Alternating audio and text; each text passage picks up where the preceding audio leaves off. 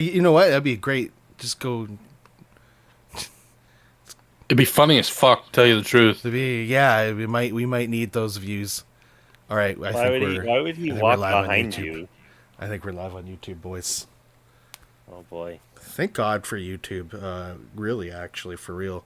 We're not doing any video yet. I'm just doing. This is just the warm up. We're just warming up the crowd. Hmm. Teasing him with our We just sultry we voice. just have our new graphics and our new fucking. Yeah. I think we're up. Just gonna do a little audio check. This is just the warm up. We're just warming up the crowd. Sorry. Oh, we should do a disclaimer at the top of the show here. This is going to be our disclaimer, an official disclaimer. Anything said in this show does not reflect the views or the opinions of the wide world of motorsports and its affiliates. Listener and viewer discretion is advised. There you go. Greatly advised. We got, we got that out of the way. Yeah, now we can say anything we want. Wow, this is crazy. We're doing it live, as we've always said. Eggman and I and the boys here. Damon, I don't know, Damon not so much around that. Whenever we would have some difficulties recording, and we go, "Fuck it, we're doing it live." That's a reference to the fella, the newscaster guy that Brian Jennings, Tom Brokaw. I don't know. One of those guys.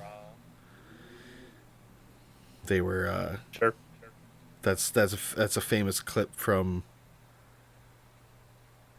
what was a leaked clip from production of an off-camera. Wasn't supposed to be leaked. No one was supposed to see it, and that's definitely a wide world of motorsports. It was Bill O'Reilly, by the way. Bill O'Reilly, yeah, that's definitely a wide world of motorsports. Favorite quote right there. I'm typing right now. We are live on YouTube with our faces. Ugh, that's a scary Some thought. may want to see it. Some may. Some of you, some sickos may. Viewer discretion is advised. Greatly advised. Once again, yeah, any of the racetracks, race teams, Couldn't advise it more. race car drivers, any of them, whatever we say, nothing to do with. Don't even, don't even bother. Okay, so I think we're gonna. Do we do a face reveal? Is this our face reveal right now, boys? This we got it is the warmed face up. reveal. We got it warmed up. Eggman saying we go for the face reveal.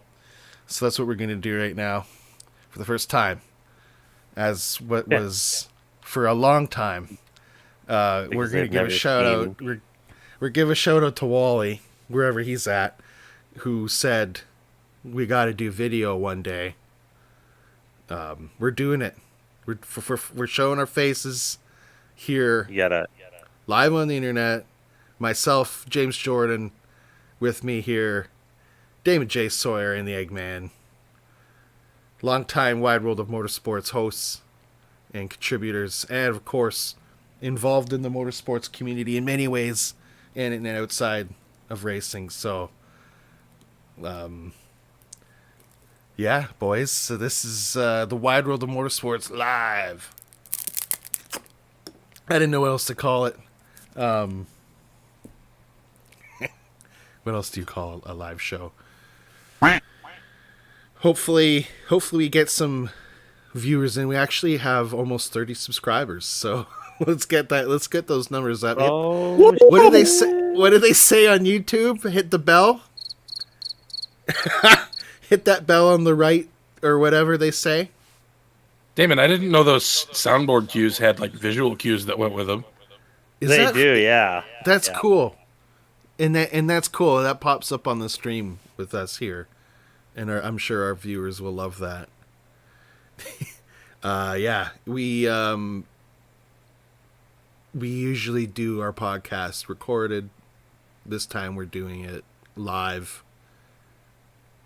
in living color for your pleasure. So, what else should we do before we get into the nitty gritty here? Before we get into some of the stuff that's been happening in the wide world of motorsports, are we set to go? Is there anything else we mentioned before we? Is there anything else you want to plug, Damon? You got a page on the internet where you post Got lots of reviews pages. for. You're a photographer. This, yeah, well, barely. Well, I'm a photographer Barely. for the wide world of motorsport, and occasionally Racing America, TobyChristie.com. Very, very Yeah. occasionally. That's pretty cool. That's pretty cool. And your podcast, Birds, Bones, and Reviews. Oh yes, and yeah, my personal other project, my hard cider and chicken wing review page, Bone and Bottle Reviews, Yeah. sponsoring Motorsports now with Oh yeah, that's right. yeah, we're gonna be on track again. Pretty cool. On a mod It's on a bone that I went yeah, into. yeah, on a mod. Yeah, And you all can of us check out. got a chance to. Yeah. You can check that out on the internet, the interwebs, on our Facebook page actually, at the WWOMS. We'll flash that social real quick here. Boom. You should post that video on the YouTubes too. Oh yeah, that'd be a good idea, wouldn't Yeah. it? Yeah, we'll. How long we'll is do that video? yeah. If it's how short or long Within does the 10 video have minutes. to be Within 10 to be minutes. put? No. I mean, how long does it like? I was at a conference the other day, and they had a marketer kind of there doing stuff, and one of the things she mentioned is, you should. This is free advice for anyone, all many listeners that are out there. She said, if you got social medias, you need to post everything to every social media. If you got it, you need to post to it. And she said a lot of people who use Yeah. they make reels, you should be posting your reels to YouTube Shorts. Well, so maybe I don't know if it's supposed to be like a 30. If you have like a 30-second clip, if that needs to go on to YouTube Shorts, or if you got like a 2-minute clip, if that's short enough. I don't know. For me, that if it's a good video, 2 minutes is fine. But I guess for some people, 7 seconds is about as long as they can last. which is what she said. Indeed. Nothing wrong with going 7 seconds. You can at least you Well, put it As Eight long as seconds it's is a bull quality riding. 7 seconds. Well, depends on who you ask. For one person, it might be quality. right. Yeah, I don't know what to do with the other 2 seconds. If anyone, I'm gonna try to get the chat up. Maybe here, I'll probably bust out my laptop. Maybe pull up the chat if anyone wants to chat with us, ask us some questions, or hey, yeah. we could Who the also hell are take you callers. guys? We could also take callers too. God. Oh, I think we God. could probably give out our Discord and let people join in if they wanna come on and That chat with no, us. that's not. No, it's a mess, dude. Trust me. There's a lot of I bots can- and scammers I can on Discord. I can handle that. I have some experience with that. We're good. He's the Would one be who sends trusted the people, porn bot though. account out. Like it would be a trusted person. It would be someone we would know. I don't know about a stranger. Hopefully, it would be someone kind of in our circle. Yeah. So and then Eggman down here, he's been involved with lots of different stuff in his life, including racing. Went to the NASCAR Institute. You got a diploma there. You've graduated. You went to NASCAR school. I did. Yeah. That was feels like forever ago, but I did. Oh yeah. How long ago has that been already? Oh, we're going on 7 years. Jesus. Wow. Yeah. And then you do a couple other things. I don't know if you want to plug your side gigs too that you do. I don't really have any active side gigs at the moment. I'm kind of No active side gigs. Just in case you did. Might as well give you the opportunity. And You're not putting your holsters up on Etsy? yeah, no, it's a freaking nightmare. he makes. Yeah, I don't know if you wanted to talk about that or mention it or anything like that. That you make holsters for some self protection tools Yeah, and collecting tools. long distance hole punchers and things of that nature. Nice. That's legit. Yeah, and also including too that we've actually already we've had you on this channel many times in the past with our esports streams, and yes, so we've had you. We've you're no stranger, and even Damon, we've had him around a couple years already, and he's warmed up quite a bit with the boys. So, and yeah, and I've been able to do some photos over the years. If people don't know who I am, I do photos mostly and interview some drivers, and we sit down once in a while, and the boys we talk racing, and we share it with other people who are passionate about it. And the last couple of years, we've been able to do it on a grand scale. One of the it's a world renowned. Apparently, like I didn't know, and it's not like disrespect to Motorama or anything, but apparently it's world renowned. So we've been able to do that the last couple of years. Have a spotlight in Motorama the last couple of years with other podcasters too, and so that's we're kind of a big deal. No.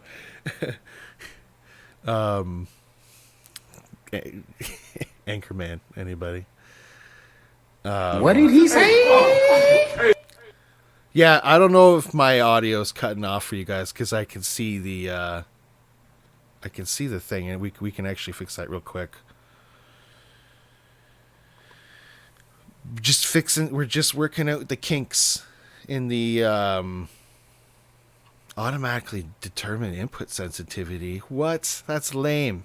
There you go. That should be a lot better for you guys. There we go. Is that? Oh, that was should delayed. work. I heard that twice. Yeah, because then you ended up finally hearing my stuffs. All right, so now you guys can actually hear me. So yeah, anyway, let's get into the news. Where do we start? Okay, real quick, I guess, because it's really not as long as it's not a longer topic compared to the other one. Let's talk about NASCAR Cup with Wood Brothers making some history at Las Vegas. Just a couple days ago, actually. Just a few days off of that race. It's still pretty fresh, so what is his name? Barry Rook Barry? Josh Berry? Josh Berry, driver of the 21 It's amazing. Wood Brothers Ford. And if we go back a week to Phoenix, he had an amazing run at the top 5 the whole race. I definitely thought it was a fluke, but they had a great qualifying run, and he ran up front.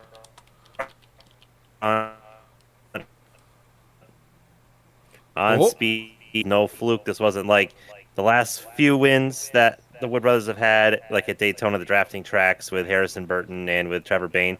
Not that you'd call a super speedway win a fluke, because that's just how those go. But it wasn't like dominating at a 1.5 mile downforce track like they did here this weekend. So props to them. I was amazed, but you know what? There was a lot of different names in the top 10 this week. You saw Ryan Preece stayed up there, and yeah, you had Josh Berry, and I can't recall, was it Suarez who finished second? So yeah, a lot of interesting names in the top 10 that we didn't quite see, but a lot of the big runners had issues throughout the race, and tire strategy really came into play. They had I believe, a softer left rear tire, but we saw a lot of issues with tires, both wear and pit stops. Pit stops were the big topic of the race. So many penalties handed out this week, with several cars having loose lug nut. Notice nut, not nuts. Did Kyle Busch didn't he get a loose wheel? Yes. Yeah. Yep. So he had a loose wheel, but it didn't come off until after the race had restarted, and then he hit the wall, and then he ended up having another issue later in the race. So it was not a good day for RCR. Both their cars finished in the 30s, but yeah, and then there was someone else who lost a tire. Two guys actually lost wheels, and we had someone who almost lost a wheel, and that caused a lot of controversy. In this following week, now was Christopher Bell, where he knew that he had a loose wheel. James Small, his crew chief, called him and said, "Hey, stop in someone else's box," and he stopped into Chase Briscoe. That's the other guy who had an issue, ironically, and so he stopped into his teammate's pit stall, and they tightened the wheel up and sent him on his way. He still got a penalty for pitting outside the box, which was fair.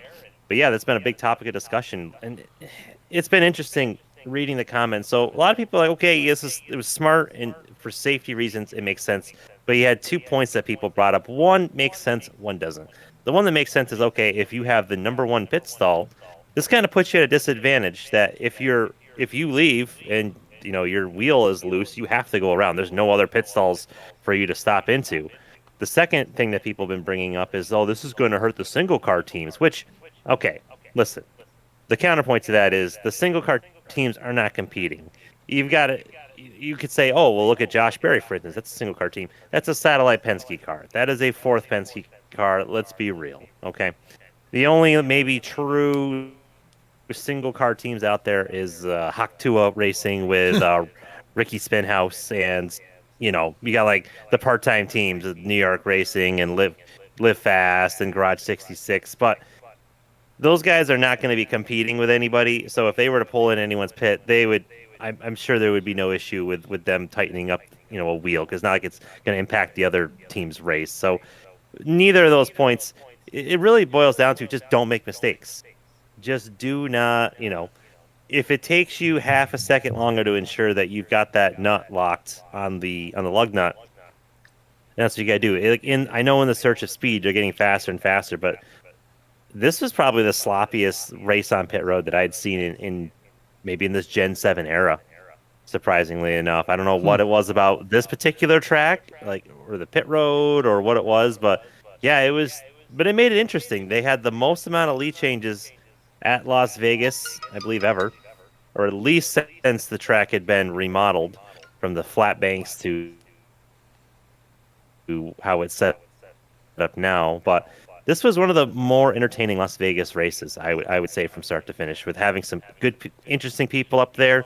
Tire strategy, mistakes. It wasn't a wreck fest. There was a couple instances, but it wasn't like a demolition derby. There was just a lot of different things that played out. It wasn't just a fuel mileage race, which is what we typically get at Las Vegas. So I really enjoyed it overall.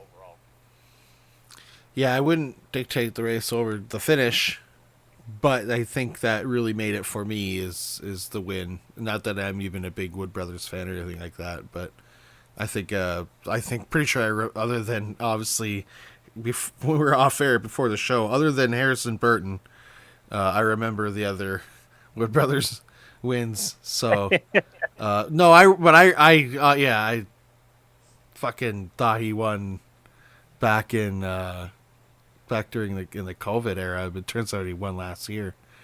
So and then so then it was Blaney in 2017, Trevor Bayne in 2011. So Blaney was at the Pocono race in 2017. That's actually when I was like, I want this guy to be my favorite driver, or I want to follow this guy more and root for this guy. And then that's when I became a Blaney fan. And then Trevor Bayne in 2011, I remember watching that one when he won the Daytona 500. And I could have consumed this race. I don't know. The 2001 Bristol Spring Race, where Elliott Sadler won that one. I had that race taped on VHS. Yeah, ran like Nice. 150 laps on You a set pull of that tires. out. Like, There's ways you could digitize that. yeah, I've looked at that, and it costs money, so I'm good. How many laps did he go on tires? 100 laps? He went, You would- he went like 100 and something laps on Jesus. that final. Elliott Sadler, like that's how they won the races. They made like one less pit stop, and he stayed out for a ridiculous amount of time and won that race. I don't remember the Jesus. like how well he was running throughout the race or anything like that, but I do remember it was a tire call strategy that won them the race. But he held on to bare bones tires and got that win. So that was a shock as well for that race. I do recall that. Wow. I should pull that one up sometime and watch that. And then Dale Jarrett's first win at Michigan in 1991, when he raced for Wood Brothers, and Kyle Petty's first win at Richmond in 1986. 6 of the Wood Brothers' last 8, or now 9, race victories have been a driver's first in the Cup Series. Other interesting fact: Kyle Petty and also Morgan Shepherd Kyle Petty got his second win with Wood Brothers Racing, and Morgan Shepherd got a win in 1993 with Wood Brothers Racing. So, like a nice mix of drivers and winners for that team, and also either if they were going on to other things or they needed a place to race. Wood Brothers Racing has been there. Not that they're, some people say they're like a bitch team of Penske, and I never thought of that. I never looked at it that way. Well, they are now. Like that's legitimate. But yeah, they were independent for a long time. They were an independent team. They've always had sponsorship for the last 15 years with Ford Motorcraft. But ever since basically when Ryan Blaney joined the team in 2017, they basically became a satellite team of Penske at that point. Right. Was that around the time Paul Menard was? When was Paul? Remember when Paul Menard was doing the? Yeah. Was he not in? He was. Yeah. Paul Menard he drove for them. Yep. Not so much And going Menard on there. I sponsors don't. Penske stuff. Yeah. Yeah, it was good. Yeah. It was good for sponsorship, but I don't think he did. I had the Wikipedia up with all the performances there, but nothing to remember really from when he was in that car. At least my memory though. But I'm sure you. I'm surprised you don't have nothing to write home about.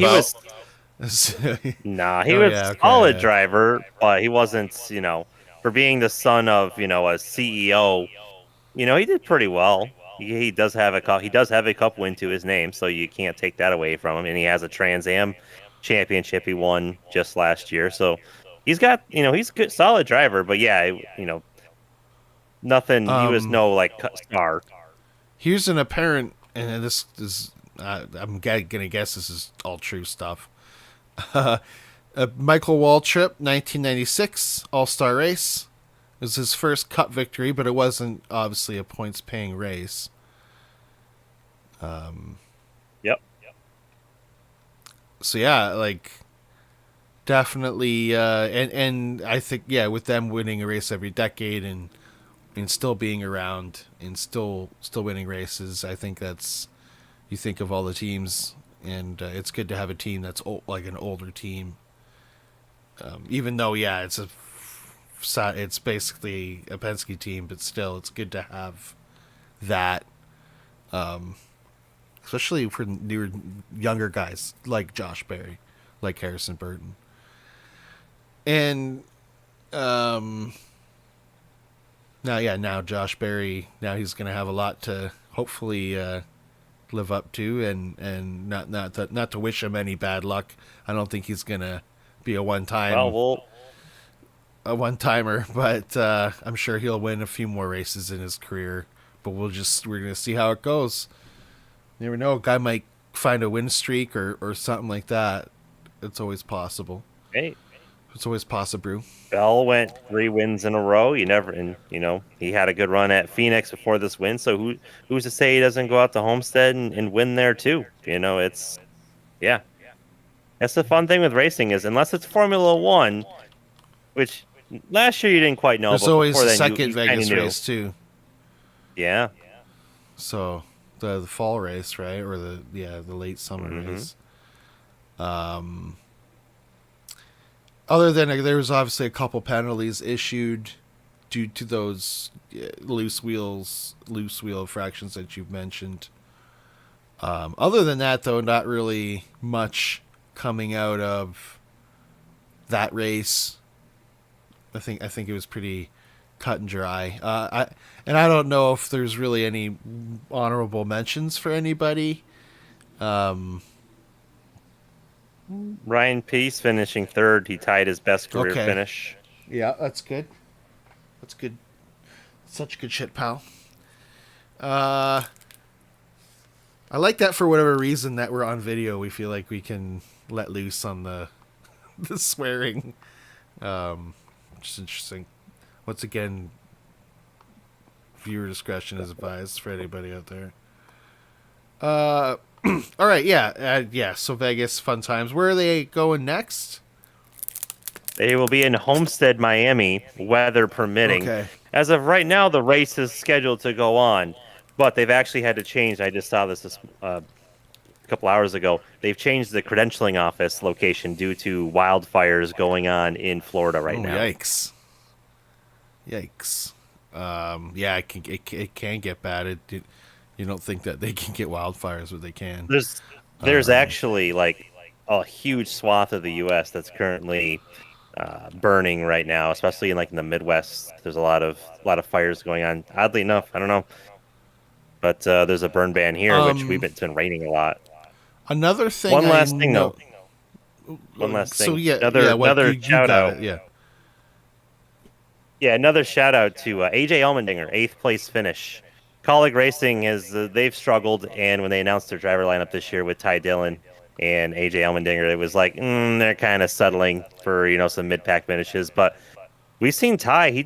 Other than the Coda race, he actually had some good races at the plate tracks, and AJ he was solidly top 10 all day in that car. So hopefully they can keep that momentum up. But AJ, they noted on the broadcast, he's got some tracks he's really good at, and some that he's not good at, and apparently the statistics show that Las Vegas is one of his good tracks, so it was good for them to capitalize on that.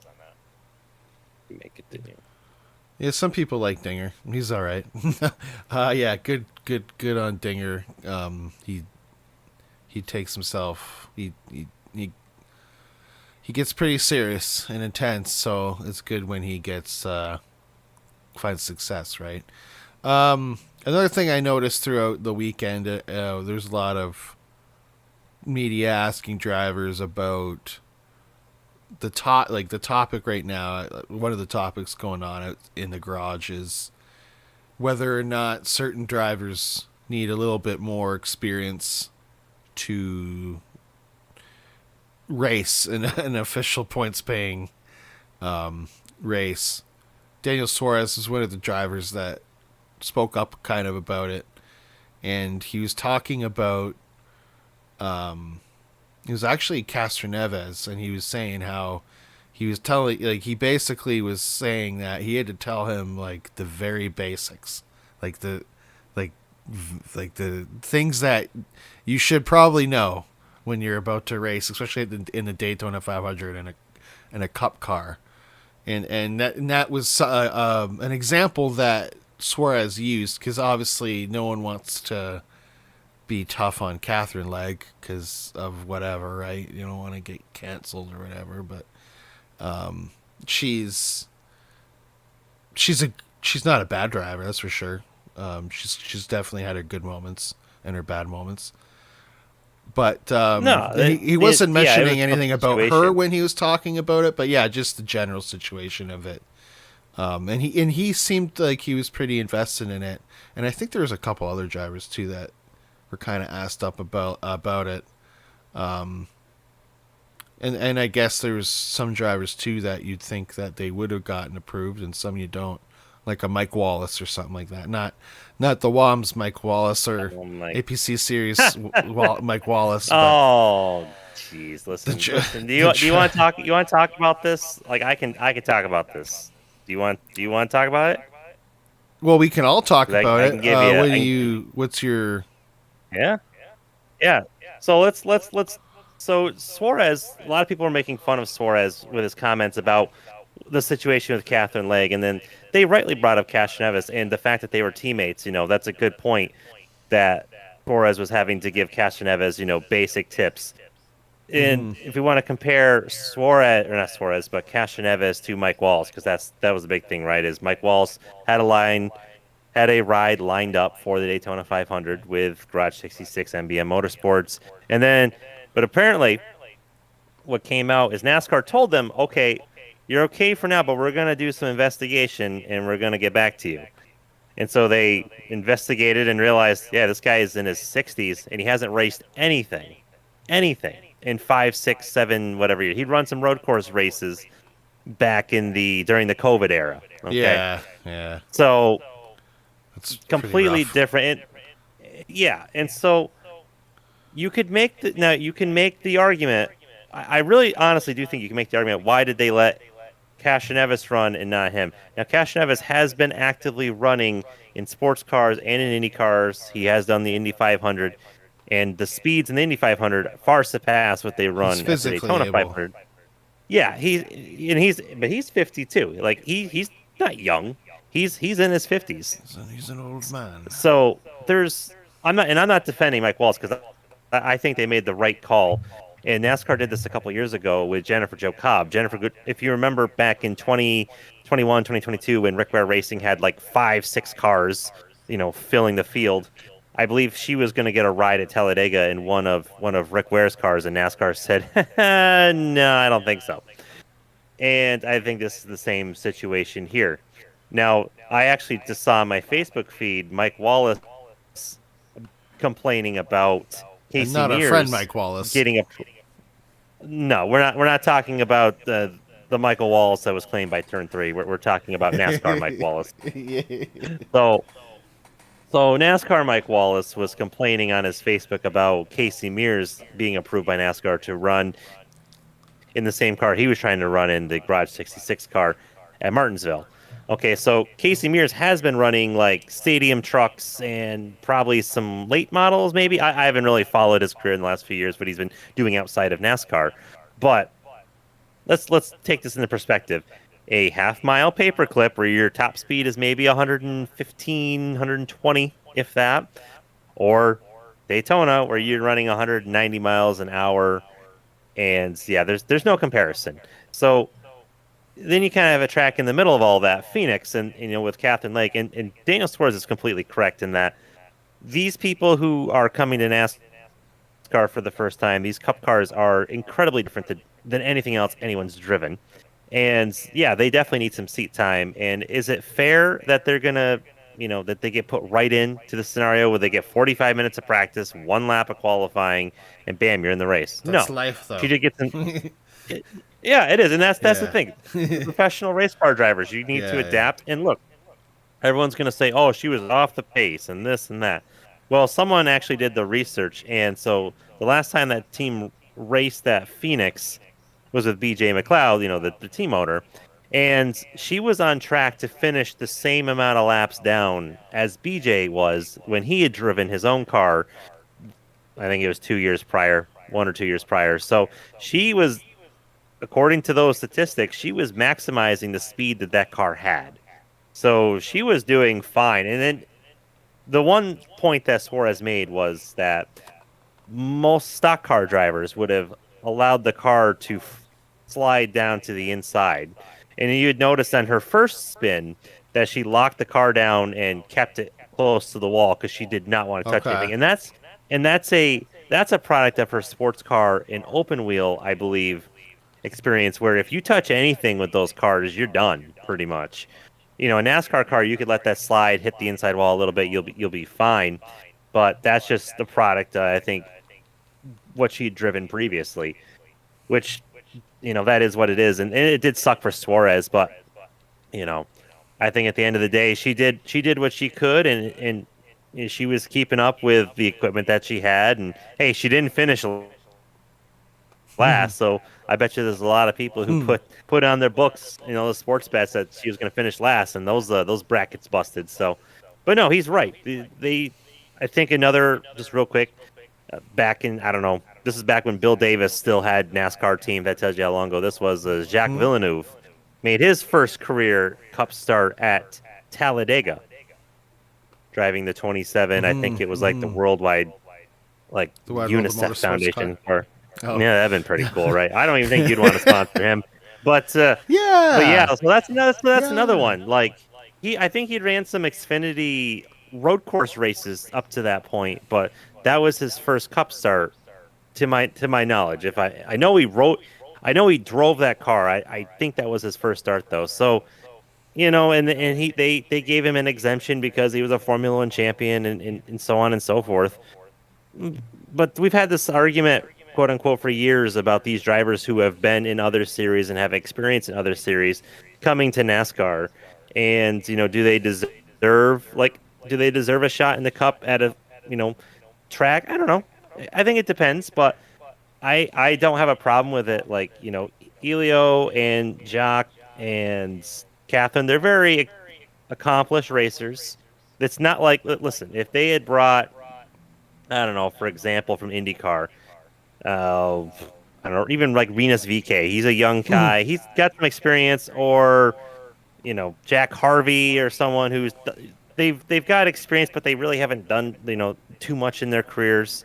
The Rinus has a couple wins, but he's young, but only with really experienced IndyCar. That's one thing. But these drivers that are in their 30s and 40s who have driven for a long time, obviously it's different driving a stock car as opposed to an open wheel or a sports car, but they've proven themselves, right? I think that they've proven themselves, and I think it's fair. I think it's fair, but it is what it is at the end of the day. That's my take on that. I'm sure there'll be more adjustments to. I think they already did make an adjustment to the whatever that rule that they came up. They with made in the a off season. So the provisional, yeah. So the previously provisional, Yep. So really, what they've changed with the provisional is if you enter a car under that champions provisional, exemption, whatever, you still have to do it 90 days in advance. But you are going to be the 41st car if there's 40 cars. So if there is 40 cars and you show up as your 41st, you will be the 41st car and you will not get any money. So that was kind of the thing, right? Is Elio was kind of competing with Jimmy Johnson and Martin Truex, but he ended up having to fall back on that provisional. Well, if they have to enter that car again in an event, and because it's already at 40, he's going to be locked in as the 41st car, guaranteed no money or points. So they've just locked that kind of rule in. So that's the change that they've made. It's not really so much who the driver is going to be or any of the consideration of the driver, but it's just if you're entering that car for someone of exceptional talent who doesn't, drive NASCAR normally, then yeah, you will be the 41st starter. You're locked in, but you're the 41st starter, no points to the car, no money, so on and so forth, which I think is fair to the normal batch of open cars, because the way the money works is the money is split amongst the charters, but there is a pool that's divvied up among the open cars. And so bringing in another car on top of that and locking them in, essentially, that isn't fair to the open cars if they have to qualify in time. So the fact that they don't get any of that prize money, I think, is fair, because it's not a big pool of money. They'll tell you. I don't know what the numbers are. That NASCAR doesn't release that. I don't even know if they let the teams release that. But a lot of these guys have said that run part-time that it used to be worth it. It's almost not now unless you have sponsors, which is the case really everywhere. That's some good analysis there, Damon. It's good. Yeah, it's. I don't think it's too big of a deal. I other than if it's a safety concern, then yeah, but I don't think it's been really a safety concern yet. Despite how people feel about Catherine Legg, I saw her wreck. I think we were just packing up at. This was a couple weeks ago when they were at Phoenix. We were at Motorama, and we were just. I was just packing up, and I saw her wreck, and I wanted to say it like, "Oh, I'm not surprised," but that doesn't mean she's not a bad race car driver outside of NASCAR Cup. I just don't think right yet is good for her. She'll who knows? Maybe she'll get some practice in, more seat time, and some more sim time, and then maybe she can take another stab at it. She said she wants to. She said she wants to give another chance later in the season, so we'll see. Yeah. Honestly, SVG's win at Chicago at the street course in his first start, it impossibly has raised the bar for these people coming from other disciplines coming to NASCAR, because the whole point of one of the points of the Gen 7 was for these road courses to appeal to international drivers, because it's more like a sports car with the independent suspension and so on and so forth. Well, we've seen a bunch of other guys come in, Camille Kobayashi, and we've seen the two Australians that came in, like one at Sonoma, and then the one that Brody Kostecki, and I can't remember the other guy. I'm blanking on his name. But there's been a couple Australians who came in, and they did okay-ish. They didn't do great. They showed some flashes of speed. But, yeah, I think SVG just really raised the bar and showed, like, first of all, how amazing of a road course talent he is. But everyone else who's coming in now, it's kind of like, oh, you're kind of almost going to be held up to that standard. Whether that's fair or not is hard to say, but I think that's also kind of brought some light to that it's not as easy as he made it look, and he's showing it himself now in his first season as a full-time Cup driver. He's struggled a bit, which was to be expected. He did good, of course, at Coda, but the rest of the races have been kind of. But he'll get there. There's no question he'll get there. But yeah, Phoenix and Las Vegas, we're not too kind to SVG, so it's just that lack of oval experience is really showing now. To be expected. Yeah. All right. So yeah, I'm sure we'll talk about Homestead down the line and what's to come in the NASCAR Cup Series. I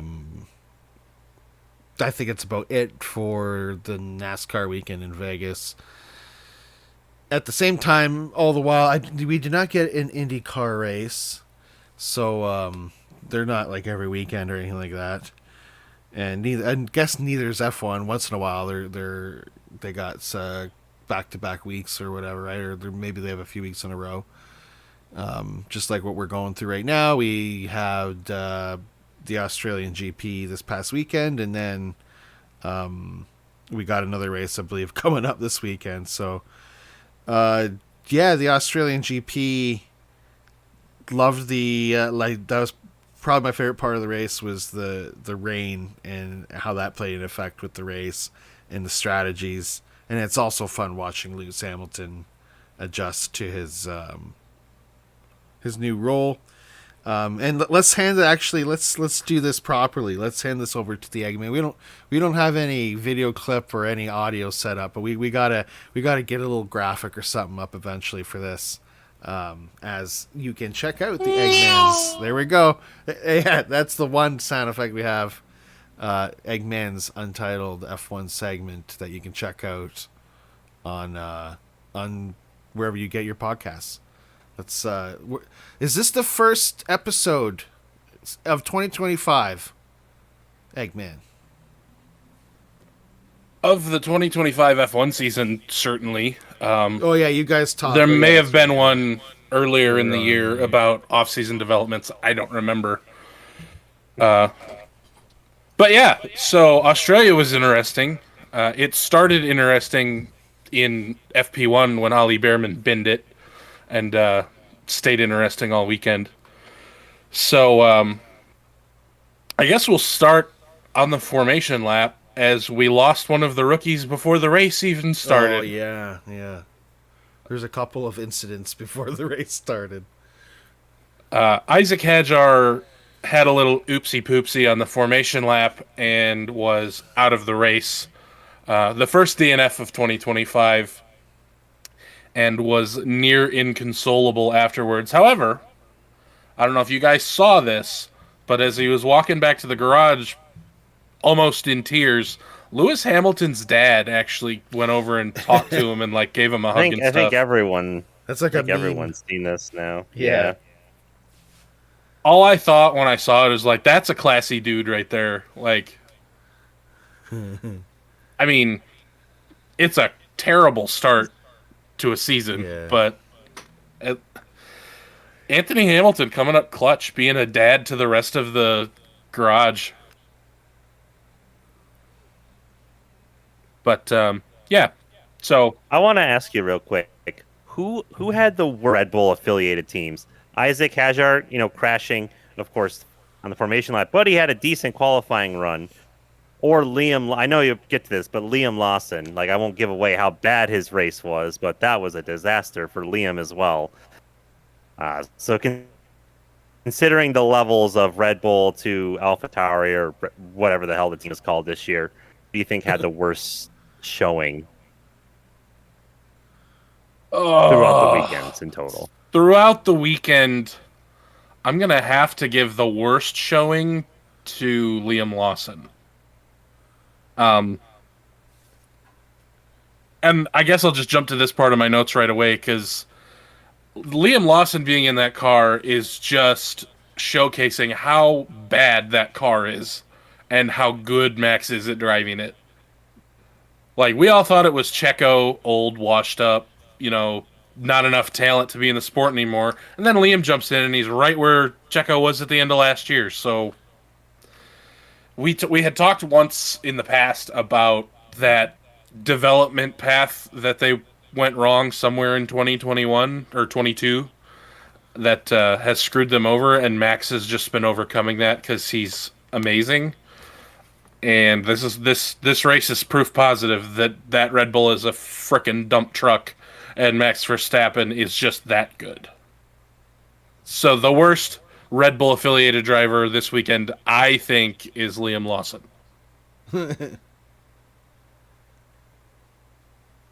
Hashtag put Daniel in the car.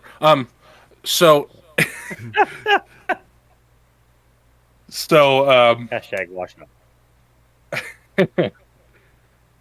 So the rain was a big deal. It started wet, and then it went to dry, and then it went back to wet again, which led to some big-time strategy calls. Many of the teams botching said strategy calls. But we lost 6 drivers to the rain during the race overall. Jack Doohan, Carlos Sainz, Fernando Alonso, Liam Lawson, and Gabriel Bortoleto all were claimed by the wall due to rain at one point or another. Which you can't really put it on the rookie shoulders, although 3 of them are rookies, because Carlos and Fernando did it too. Yeah. I didn't see Carlos's incident because I missed the first 3 laps because I thought it was later. But Fernando's incident, yeah, I mean that was pretty wild. Carlos's is weird because he did it under safety car, and he reported a massive torque surge in the middle of being in the safety car queue. So, They said it on the broadcast that it looked like it was more of a car issue than a wet issue. It looked like his car malfunctioned. But either way, he probably wouldn't have hit the wall had it not been wet. So that is what it is.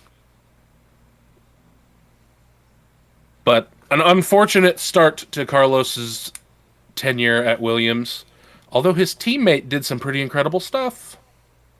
Yeah, and it was interesting. James Vowles was giving a lot of credit to Sainz for the pit strategy and for Albon's race, especially with the change over to rain. So, at least if he's gonna bin it, at least he made it up in strategy.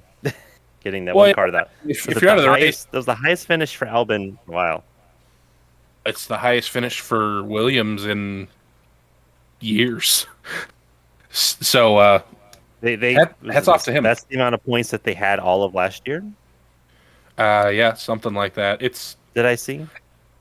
It's it's a good thing. It's good to see cornerstone teams like Williams perform well. And I think James Valls has them pointed in the right direction. I think they have a driver lineup that's going to get them in the right direction. So I'm excited to see what transpires if the race is dry, because obviously rain is the great equalizer. Unless you're driving for Haas, Oh, God. had to bring Well, it. Had to bring it up. to be fair, yeah, man, we were so excited. I mean, okay, I wasn't excited about Ocon, even though he ran great, obviously at uh, Interlagos, but I was not excited. I was excited for Behrman. I really thought Behrman was gonna, be the leader of that team in terms of just performance. Maybe not so much actual leadership. But and then with Toyota Gazoo really stepping up a bit with their development of the car and whatnot, and just what they bring to the team, I was really expecting more than what they showed. Wow. Yeah, Apparently, they're gonna be Alfa Romeo this year. Yes. Just oof. what I will say is the potential is there that the car just sucks in the rain. Maybe it doesn't handle good in the wet. Was it? We'll have to hold out hope. It didn't rain FP1, did it? Like a couple of those practices were not in the rain, and they were bottom of the sheet, as far as I recall. I'm just trying to hold out a foolish delusion that maybe they're not as bad as they look. I'd love to feel that way, but it's race one, right? Like, so we've seen this time and time again where teams have come out of the box crap and then they picked it up. But granted, those were teams like McLaren and teams that have a lot more funding. They can go dig deep into their R&D. But we've seen Williams, for instance, they've had some tracks where they were really good at and some tracks they're terrible at. Maybe whatever it was about Melbourne just didn't suit the Haas car with how it's set up. Maybe it'll do better. What races were it? China? Like, what's the China. next race on the schedule? It is China. China. Okay. All right. Well, I mean, we have not been. Well, I guess we were there last year, but yeah, I mean, it's totally different setup. We'll see. Maybe the car will be better there. Hopefully, fingers crossed. Maybe. I doubt it, but maybe. I'm going to backtrack a little bit because I just wanted to pose the question. Doesn't it just feel right that round one is Australia again? Doesn't it just feel the way it's supposed to? I mean, Bahrain's a fine track, but Australia being week one is pretty good feeling. Yeah, we've grown accustomed to that for a long time. Yeah, Bahrain's been first on the calendar for, I think, like over a decade now. So yeah, Australia being back as round one is pretty incredible. One thing I wanted to talk about is if you happen to watch this season of Drive to Survive, came out a couple weeks ago, McLaren have clearly stated that they do not have a number one driver. They have two number one drivers. But then, at his home GP, they told Oscar Piastri not to race Lando Norris, which was kind of irritating because he was clearly faster. He was gaining quickly. He was better in that middle stint of the race, and they told him to hold position. And then when he had fallen off and was 3 seconds behind, they told him he could race again, which, as a fan of the drivers, but not necessarily Zach Brown, it kind of irritated me a little bit. Yeah, the only thing that I could think of now, so Oscar was, and this is probably closer to the end of the race. Oscar was right there with Lando, and then when that downpour hit, Lando Lando saved the car, whereas Oscar kind of he ruined his race at that point. Though he did salvage a point, at the end. But as for why, the only thing I can think of, 2 points, so ninth. Okay, so the only thing I can think of is they didn't want to risk with it being the way the weather was. They didn't want to risk an incident. But I agree. I don't that especially at a home GP, you would think Oscar would get preferable treatment there. Lando might get preferable treatment at Silverstone, but yeah, apparently whatever those baked goods that Nicole made for the team weren't as good as they were saying in the media or something. I don't know. Maybe she sucks at baking. We don't know. Yeah, she put Vegemite on them. That was the Oh, That do- Vegemite's that do good, it. dude. What? No, Vegemite's good. You would. I've never had it, but I've just been Crackers, told put it on by crackers. It's good. I've been told by Australians that most people outside of Australia probably wouldn't like it. It's a jarring thing to try. But that's all. I have tried it. It is It's very salty, and that is where most people Appetite depressant or don't suppressant, like though. it. You got the munchies, you eat it, and you won't have the munchies. So There it is. Yeah. Yeah. So what else you got, Eggman? We got some time. As Damon alluded to, both McLarens had a moment at the exact same time, which was interesting. Lando saved it. Oscar did not, and it completely destroyed Oscar's hopes of winning his home GP, at least this year. So all it says in my notes is heartbreak for Piastri, which is pretty accurate. It was exacerbated by the fact that his mom was in the garage, and you were like, "Oh, dude, that's brutal." Oh Like, yeah, we saw her face. Yeah, Yeah. She was upset visibly. he was not happy. Yeah. Yeah. Milf. And No, I think I think it comes down to Oscar was not able to shave enough speed while he was in the grass to not slide off the track on the other side, and Lando was. Now I don't know if that's because Oscar was pushing too hard to catch Lando, or if it's because he made a mistake. Because let's remember, it is still his only second year in Formula One. But it was still an unfortunate turn of events. All right, Jordan, here's the one you wanted to talk about. Lance Stroll? Like, what is fifth? No, Something like that? that's not what I was referring to. Oh. Lewis Hamilton is We were Lewis talking about Lance Stroll. I don't want to talk about Lance Stroll. What? He got a good finish. That's okay. Lewis, Stroll. Oh, Stroll. Okay. But no, let's talk about Ferrari. We need Lewis some humor. Hamilton. Lewis Hamilton is adjusting to his new race engineer. Let me add it. I bet you this. Please. Please let me add it. All I'm saying is, I bet you right now he's wishing he had Bono back. Take it away, Yeah, Jordan. completely new crew for him, eh? Yeah. Please let me be. I know.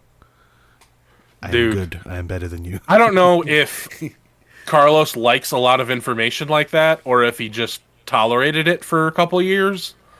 But Lewis Hamilton was just shy of telling his engineer to shut up. Yeah. I feel like that's what I feel like that was shut up. I don't think the engineer got it.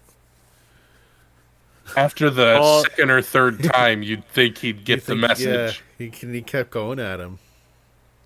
They showed some clips that almost verbatim Leclerc said the same thing to his engineer about, talk less or, say less or leave more to me, something of that nature. That it was an interesting phrasing that both Leclerc and Hamilton had used. Basically said, yeah, I got it. Leave me alone. I know what I'm doing. In essence. But I want to talk about this. Like this is we've already had a top 5 Formula One radio message for the year, and it's almost not taken out of context. You can understand where they're going with it, but it's like you had to almost double play it to be like, did we just hear what we heard? So I'm sure everyone listening knows what we're talking about, but just in case you don't, there was an instance where Leclerc came on the radio and said that his seat was filling up with water, fluid, something of that nature. And the Oh, engineer said, "Yeah, it must be the water."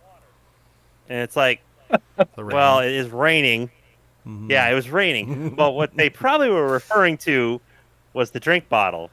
So, whereas a Ferrari with the drink, you may not have the drink. Well, the drink is in your lap now, apparently.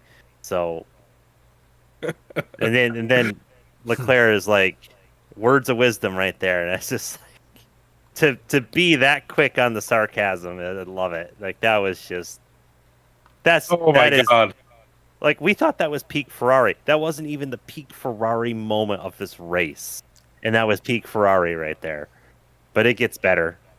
So while Oh my everyone's slipping God. and sliding off the track, while that second deluge of rain happens, Lewis Hamilton and Leclerc both stayed on the track, and I think someone else can't remember. There's like 3 or 4 cars that stayed on the track. Well, they made a couple more circuits, and then it's like, yeah, we really actually can't handle the car in this weather, so they pitted after everyone else did, and that relegated them from possibly, if they had pitted right with the leaders, or maybe like 1 lap later, they would have been able to jump ahead.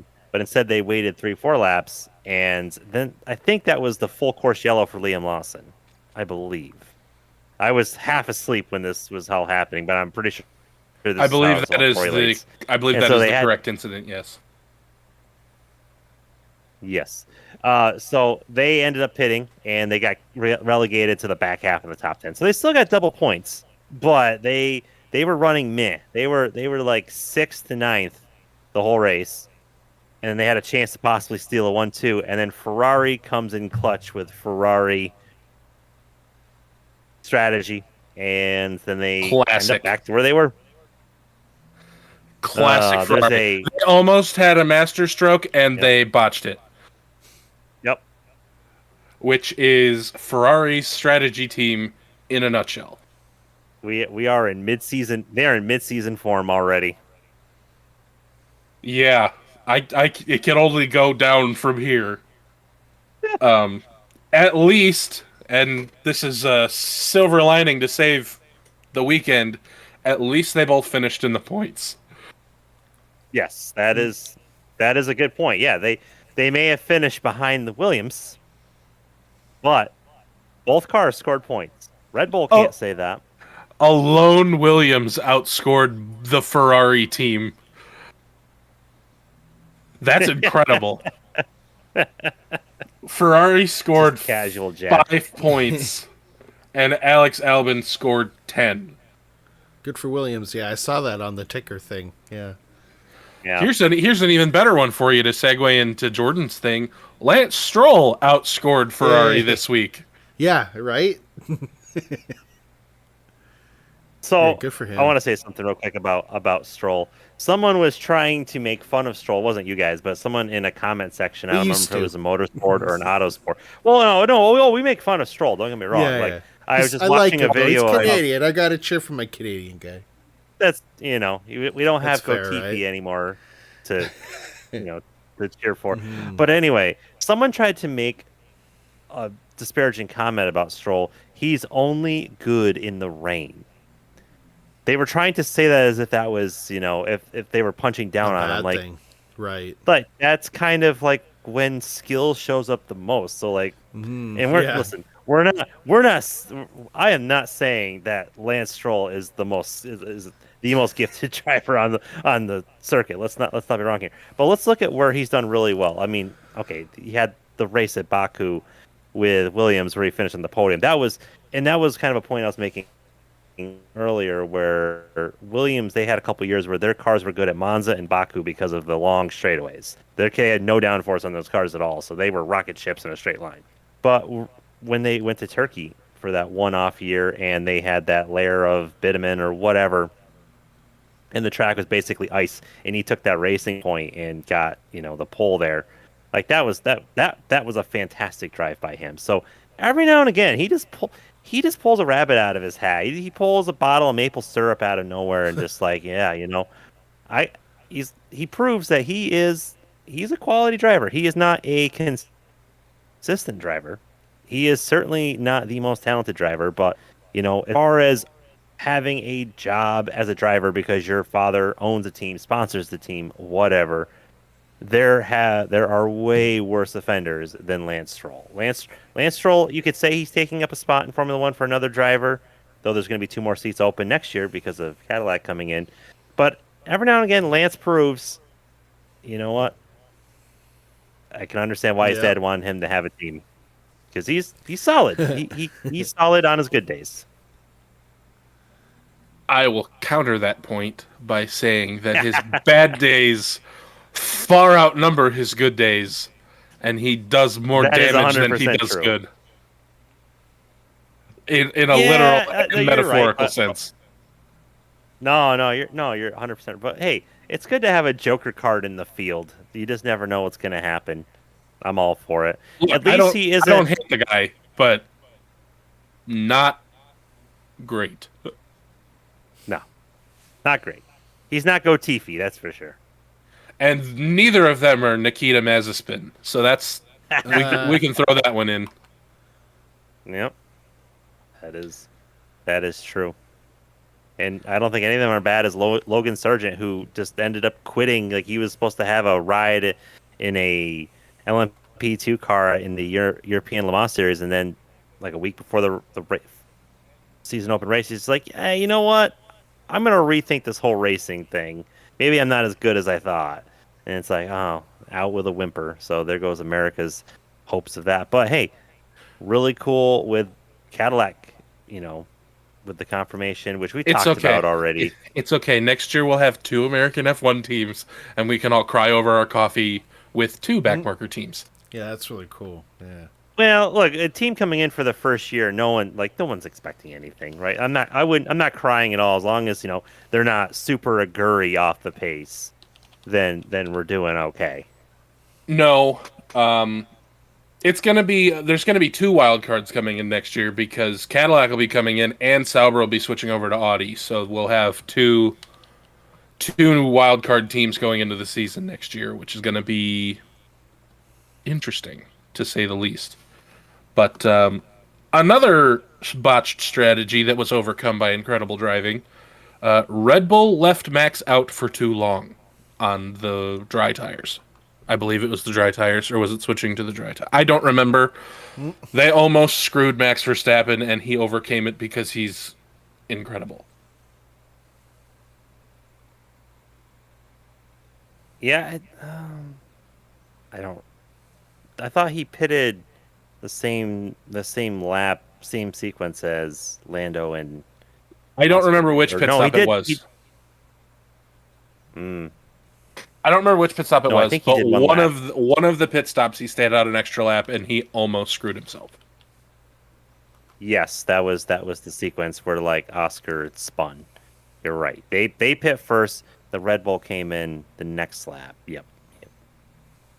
Yeah. Well, that's what we come to expect from Max. He is legitimately superhuman, honestly. I mean, I've always had a tremendous amount of respect for Max most of the time. So he has done some pretty stupid things. But I can chalk up things like crashing with Lando in Spielberg last year to fog of war is what I will categorize those as. He's an incredible driver. He's an amazing talent. I would put him solidly in top 5 drivers talent-wise in Formula One history right now, even though he's probably not towards the end of his career yet. He appears to be putting up a fight for the... We're 1 race in, so this is a way too early season prediction. But he appears to be putting up a fight for a 5th WDC in the 4th fastest car on the grid. Yeah, let's give it at least. Let's see how China is, right? Assuming that there's no weather issues in China, that it's a straightforward event there. Let's see how it is. Like I mean, but yeah, he proved in Interlagos where he came from the back of the field, like and had a decent finish. He proved that he's out of this world with talent, and you know the Dutch people they may rub people the wrong way with how they come across, and I've been reading up a little bit and they totally agree. Like they're very straightforward people, and that can come off as the wrong way to a lot of people, but Sorry. you know yeah, you're Dutch, so you know how it is. But He's asked the people it's who were around me. Yeah. yeah, but it's fine. Like yeah, as for predictions, like yeah, let's have one race to see that's a normal conditions, because that was not normal conditions. It was great. I would love to see all the races like that, where they throw rain in a couple times and you got to switch up your strategies. I love it. I think they should Formula One's got enough money. They could start cloud seeding race weekends. It would be crazy if Formula One is the group that figures out how to control the weather. Well, I do know how to control the weather. So I've got a fellow photographer friend. His name's Sam. He'll never hear this, but shout out to him. He's a fantastic photographer. He did about 50 or so races last year. He covers events up here in the Northeast. I think he said it rained at about 95% of them. And I can confirm the one race that I was at, which was New Hampshire, covering for TobyChristie.com. He was there and it rained. So let me tell you, if you want rain, you need to hire this guy to be a photographer to go to these races. I don't care if it's Bahrain or Qatar or Singapore. I mean, obviously Singapore, it's always going to rain, but I don't care where it is. It could be a 5-year drought. You pull this kid in to cover that race as a photographer, it's going to rain. So we need to get old Sam, my old buddy Sam. He needs to be a Formula One photographer, and then we're going to have some incredible races all year long because it's just going to be rain. So what you're saying is the FIA needs to hire this guy and just have him on standby. If it's looking like the race is going to be boring, have him show up and it'll start raining. Yeah, he should just be. They should just pay for him to be in Monaco right now. Like the whole 3 pits, was it 3 pit stop or 2 pit stop mandatory for Monaco this year? Yeah. Interesting, but I don't know. It's kind of like those online races where they mandate that you have to have a change of tires. Like, I feel like that's what they're gonna do.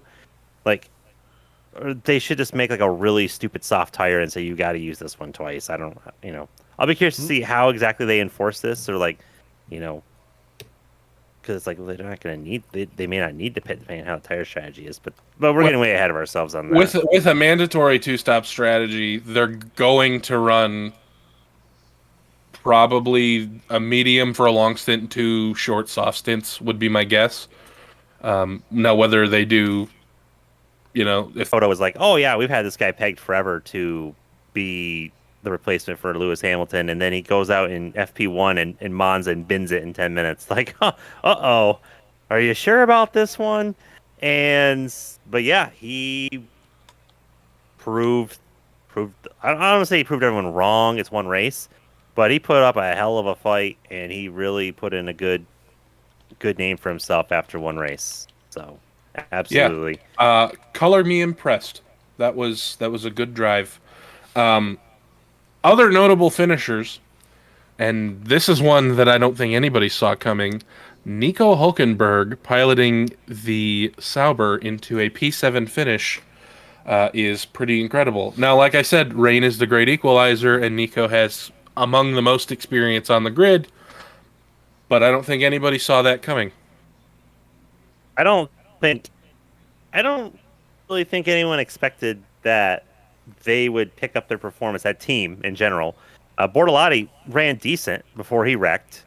He wasn't running great, but he was not running last. He was 14th to 16th, I think, somewhere in that range. So yeah, for that car, especially how they ran last year, he was running solid. So they definitely made a lot of strides. And we know Audi already has their hands in on this project quite a bit, and I think you can see that there's been a lot of improvements. But yeah, you're right. Now, to be fair, Nico did not put in a good race in Interlagos, the last rain race that we watched. So, who's to say that even with his experience that he's a good rain racer? But apparently that car, whatever its setup is, they played their strategy right, and yeah, he pulled out a 7th place finish. So that was good to see, and it's good to see for Nico. I was really disappointed to see him leave Haas. I understood why, and I understand he's setting himself up to drive for a German team next year, which that I can understand the appeal of that for sure. But yeah, we'll see. Again, I'm curious to see China, like a race that had multiple splints of rain in it. That's yeah, your data is going to be all skewed. So a typical track with China that, assuming they're not going to put another bitumen layer last minute and not inform the FIA like what happened last year. I assume it'll probably be normal proceedings-ish with weather and everything, hopefully, and we'll get a real feel of how this field is stacked this year. Yeah, I think China will be a good litmus test for what the cars are like, because it has your slower technical sections and one of the longest straights on the calendar, so it'll be a good test to see who's got what. The only other notable finish that I'm going to talk about is that Oscar Piastri did manage to recover to P9, salvage a couple points for himself after the unfortunateness that ensued mid-race. So, yeah, thus concludes that was a good save. Thus concludes the Untitled F1 segment. Yay.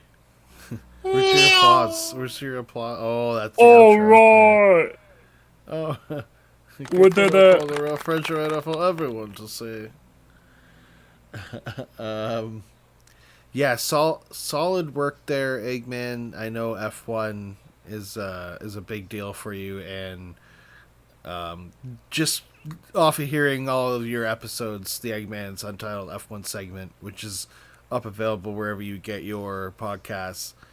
Being able to hear that, I'm wanting to watch F1 every weekend, so I made sure to stay up late, and it wasn't even that bad at all. It was awesome staying up watching some F1 on a Saturday night, and who knows when what ungodly hour we'll wake up for the China GP. Well, I'll tell you, too different. It shouldn't be too different.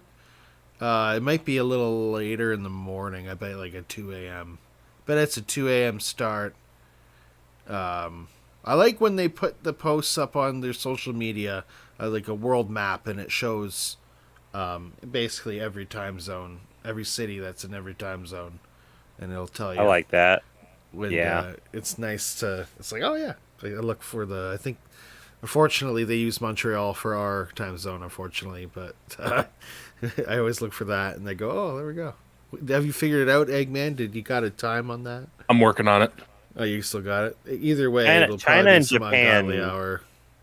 China and Japan are the two toughest. Like It even should Singapore is closer to Australia, I feel like, in terms of time zone. But yeah, That was perfect. Japan's though. usually like a 2-3 a.m. start, and China I would say is probably maybe an hour.